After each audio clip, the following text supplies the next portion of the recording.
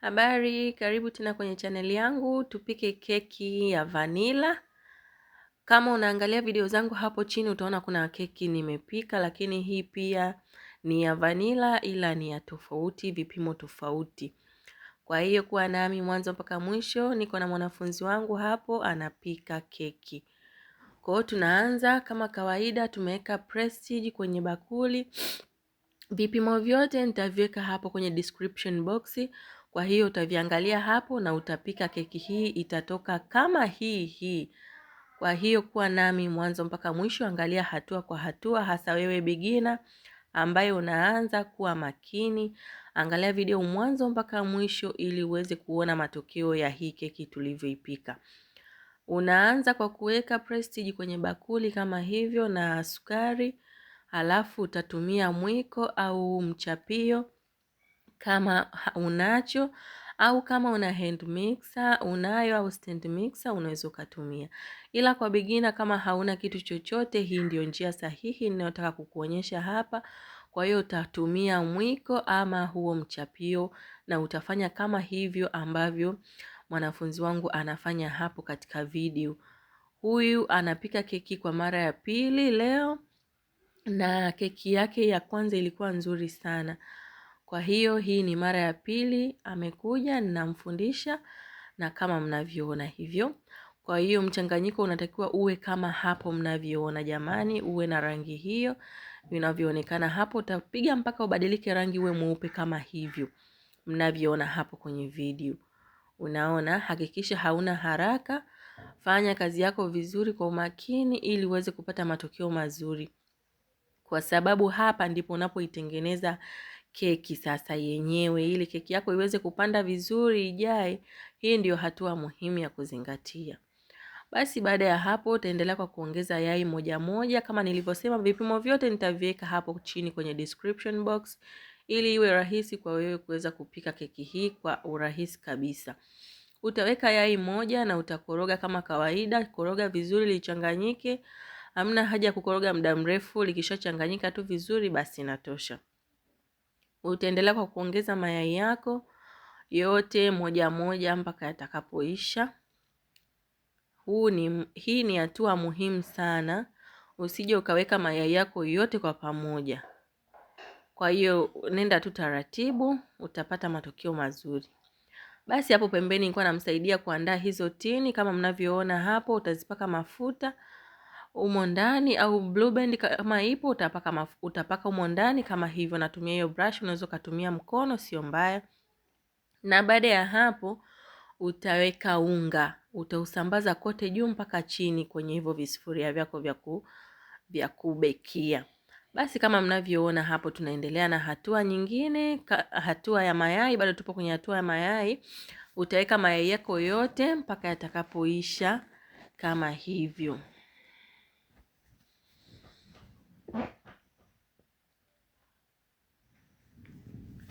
Basi baada ya hapo nitachukua unga pamoja na baking powder. Nitavichanganya kwa pamoja kama hivyo mnavyoona. Mtanisamehe jamani, kidogo nina mafua. Sauti yangu sio nzuri sana lakini I hope tutaelewana tu. Kwa hiyo utachanganya unga wako vizuri na baking powder kama hivyo unavyoona. Halafu utaanza kuweka kidogo kidogo kwa awamu kwenye ule mchanganyiko wako ambao umeshachanganya sukari, blue band pamoja na mayai. Kwa hiyo utaweka kidogo, utachanganya kama hivyo. Na usichanganye, usitumie muda mrefu kuchanganya, yani kishachanganyika unga wako kishachanganyika tu vizuri, basi inatosha kwa sababu utaua nguvu ya baking powder na keki yako itashindwa kupanda vizuri. Unaona, utaendelea kuongeza unga kama hivyo taratibu. Basi tuko tunaendelea kuandaa unga wetu. Jamani, kama wewe ni mgeni hapa na bado haujasubscribe, please usiache kusubscribe kwenye channel yangu.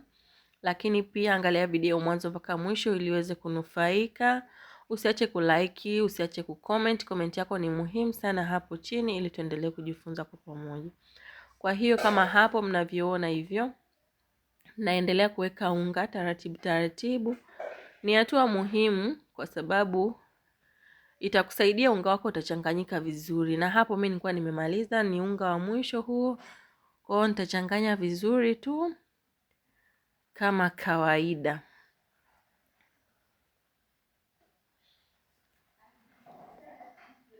Unaona, na baada ya hapo unga wako utakuwa hivyo.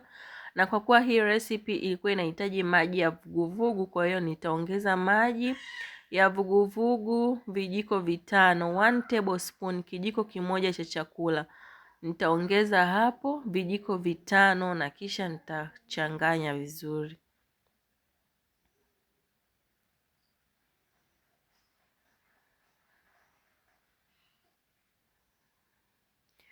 Kama wewe ni beginner na hauna kifaa kabisa cha kuanza kupika keki, nataka tu nikwambie usikate tamaa. Yaani usikate tamaa kwa sababu vifaa vinakuja tu kimoja kimoja kinakuja. Yaani kama hauna, anza na mwiko, yaani chochote ambacho unaona kitakusaidia wewe kufanya kazi yako tumia, ila usiweke kisingizio kwamba sina vifaa na sitaweza kupika keki. Hapana.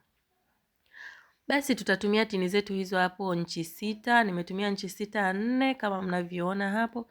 Nitagawa mkorogo wangu wa unga, nitaweka humo kwenye tini. Hakikisha haujazi mkorogo wako kwenye tini ili keki yako iive kwa kujiachia vizuri na isiweze kupasuka juu.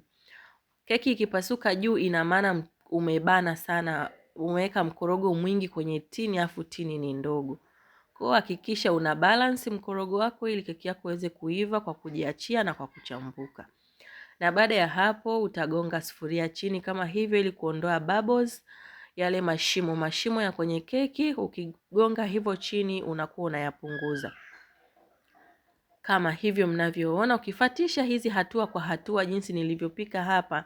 Nimeenda taratibu sana ili uweze kuelewa wewe ambaye unaanza na haujui kabisa namna ya kufanya. Kwa hiyo fuata hizi hatua moja kwa moja na utatoa keki kama ambayo nimeitoa mimi hapo. Hakuna kipimo nilichopunguza, hakuna kipimo nilichoongeza. Kwa hiyo iko hivyo. Na baada ya kuoka keki zetu kwenye oven zilionekana kama hivyo mnapoziona. Ni laini sana, ni softi sana. Tutakata moja hapa na tutaonyesha jinsi ambavyo zinaonekana kwa ndani. Kwa hiyo jamani, hii keki ni tamu, ni laini. Si unaona jinsi ilivyo. Yaani imechambuka na tumetumia tu mchapio, hatujatumia mashine ya aina yoyote ile. Basi jamani, kufikia hapa tumefika mwisho. Hili ndio lilikuwa somo la leo na mwanafunzi wangu ameelewa vizuri na tumepika keki yetu, imetoka kama hivyo mnavyoiona. Ni softi sana, ni laini sana, haina shida yoyote, ina mchambuko wa maana. Kwa hiyo fuata vipimo hivi.